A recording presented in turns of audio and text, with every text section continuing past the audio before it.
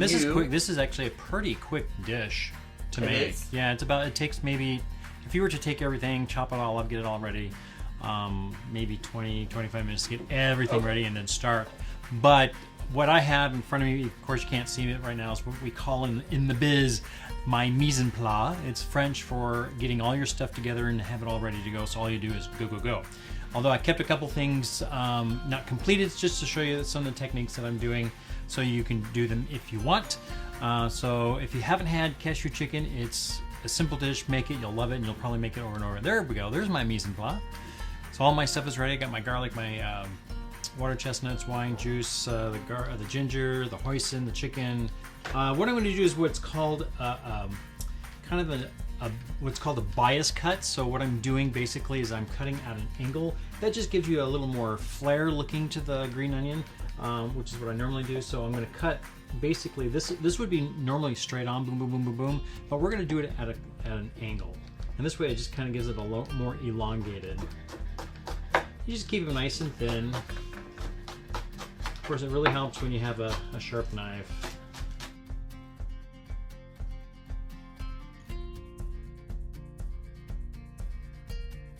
Here's what this is what a bias cut looks like. We're just gonna get this into my dish because I've got the rest already cut up.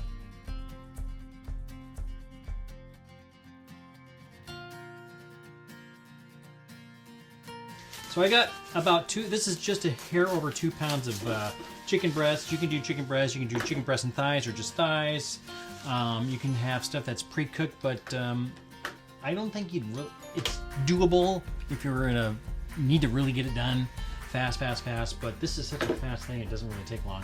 So what I'm going to do now is I'm going to show you what I do with my chickens. And you notice when you go to the store that most of your chickens are big, very, very big.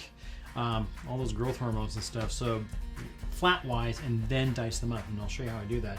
You're going to take your palm of your hand and you're just going to put it on there, find the midpoint of the chicken, and just slice right along this way. Keep your thumb up, don't slice it, and don't worry, I'm not going to cut anything else. Just like, and there you go. Now you have nice 2 pieces of thing. Now if you were to do this and cut just this way and left this connected, you can literally then make stuffed chicken breasts with whatever you want. So this part would still be connected. You would just cut it this way and stop, and then you can butterfly it open and it stays open. You can stuff it, or you can just cut a little pocket. Just put your knife in there a little bit and just cut a little bit and open up. You can make stuffed breasts as a dish. It's really good. So what we're going to do next is we're going to now cut these down into bite size. So I'm just going to cut down the lengthwise, about a 1/2 inch or so. You can even cut these in strips if you want. That's another way. Sometimes I'll do it. I'll just cut them in little thin strips. Sometimes you'll see how in Chinese restaurants they cut them in different ways, either in little square chunks or in thin strips.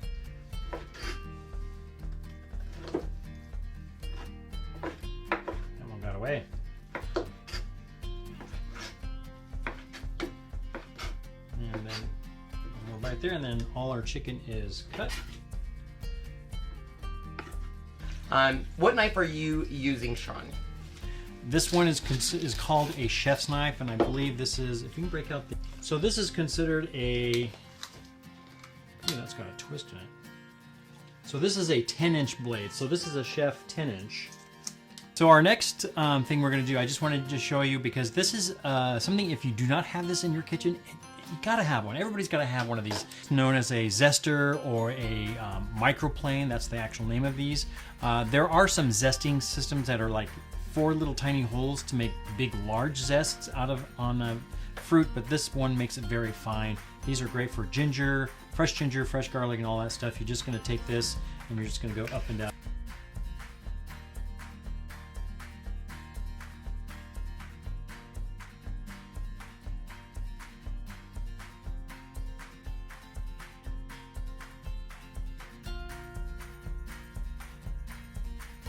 So this is the new wave. There are other companies out there that make a induction. Induction creates a magnetic force, because this pan here, if I put a magnet on it, it will stick to it.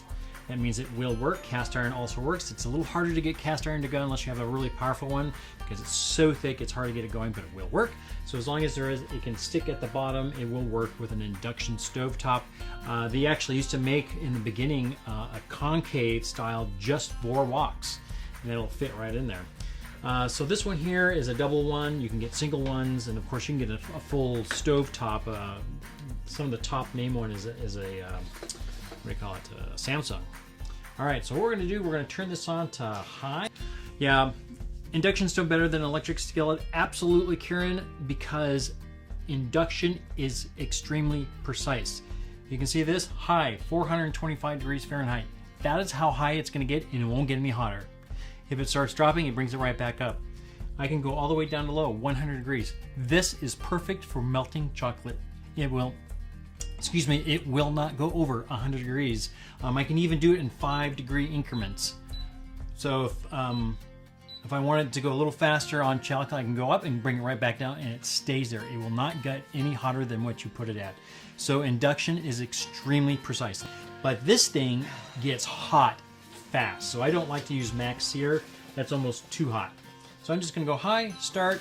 A fan will come on because it has to keep that magnet cool. I don't know what they have for the stovetops. Maybe they have a fan, but I've never actually used one. So we're just gonna, it's like, it's already hot. Pour just a little bit of here of canola oil or any oil you want. Be careful when using olive oil because olive oil does get a little smoky if it gets too hot, and this can get too hot and smoke. Once I start seeing a little smoke, then I know this is pretty hot and ready to go. All right, I don't know if you can see it, but it is now super hot because it is smoking.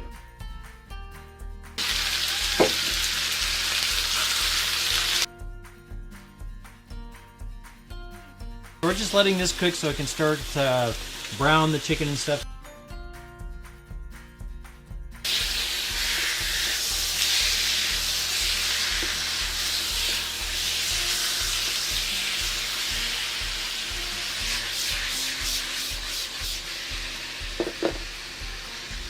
I say the only bad thing about these stovetop ones is that once you lift the pallet off, it tells you there's nothing there, so it beeps at you, and it's like, well, I'm trying to shake it. Give me a second.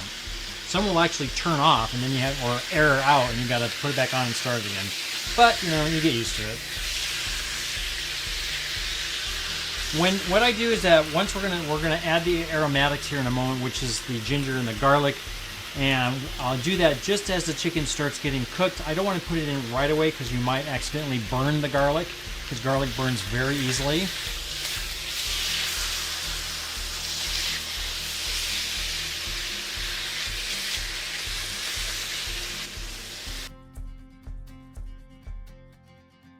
Brown, jasmine, organic brown, and they have a medley that is wonderful. Will say induction ready, and those I have those as well. Kenna wants to know, how do you know when the chicken is done? Chicken should be done once either you cut it in half and you look inside and it's completely white. If it's a big piece and once the juices come out clear, just like on a piece of turkey, once it's clear or hits 165 degrees or higher, it's done. I'm going to go ahead and put in my garlic. This is my ginger. You can get raw ginger if you want. I just happen to have this handy because it's ready to go. Put in my ginger.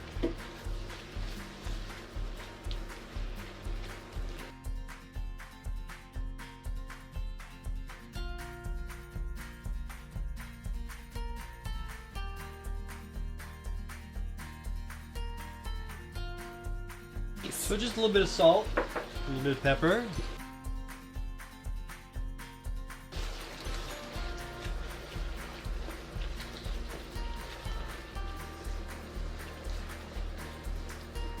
All right.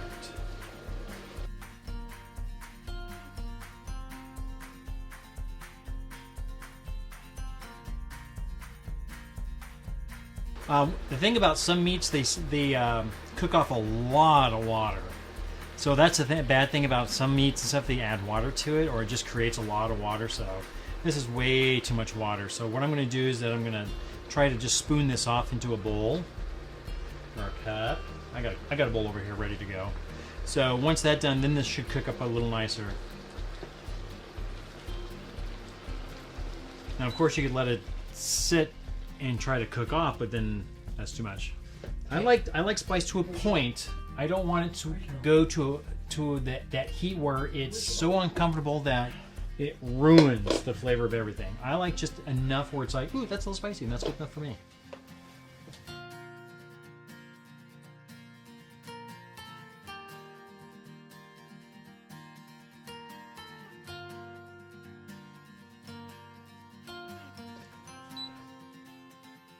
So I took the biggest piece of chicken I can find. I'm looking at it. I see just a hint of pink, and then I'm talking so hinty that in a couple seconds this will all be done. Because we're now going to add our hoisin sauce. I have a partial bottle, so I'm going to use this plus another one. Kroger, and then the list says this one here.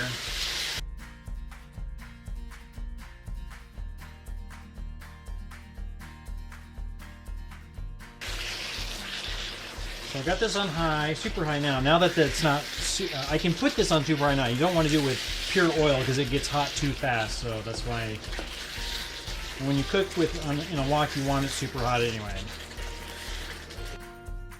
I got about a cup of chopped cashews. These ones are already dry roasted, slight salt, and you can get some without salt. If you get raw cashews, you must toast them first. Don't eat them in that way, cook them that way, because they're gross. In there.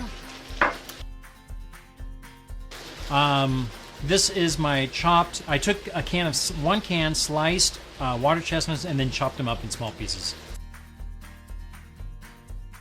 Cashews are in. Some you want to hold some off to the side, which we'll show you.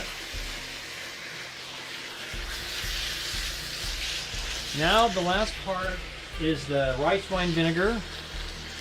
2 tablespoons, 1 to 2, depending on how that souriness you like. I like mine a little more on the sour side, so I'm doing the 2.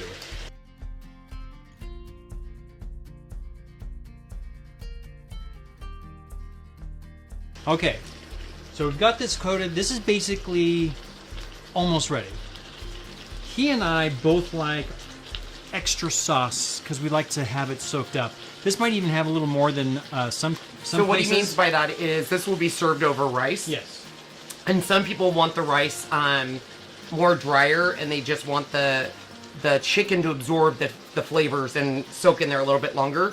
We like this sauce as almost like a teriyaki sauce for our rice because I really like hoisin. Yeah. I love hoisin. Some people put just enough hoisin. That's why it's kind of difficult to figure out how much hoisin to put in there. Just enough to coat. A lot of Chinese restaurants, they have just enough to coat it, serve, and you're done. We like it saucy, or saucier, and that's why it's a little more saucier, but I'm going to add a little white wine to this. If you don't want to cook with wine, you can use cooking wine that has no alcohol in it.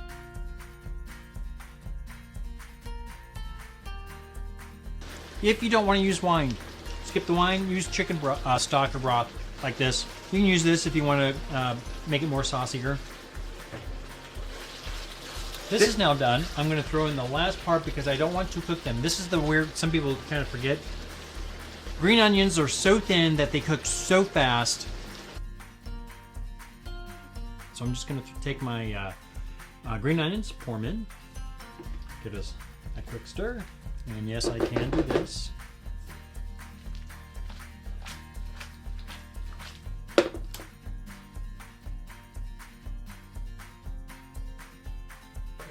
So I'm gonna stop at this point because this is basically done. We're just gonna get the rice done. I didn't want to use cold rice. The water chestnuts are, I think it just puts in a nice little crunchiness because they are crunchy. They do not cook down whatsoever. They stay crunchy even in heat, so it's very good. There is no flavor in chestnuts, really. There isn't, water chestnuts, but it just gives it that nice little crunch to it. So 2 little scoops, just like that.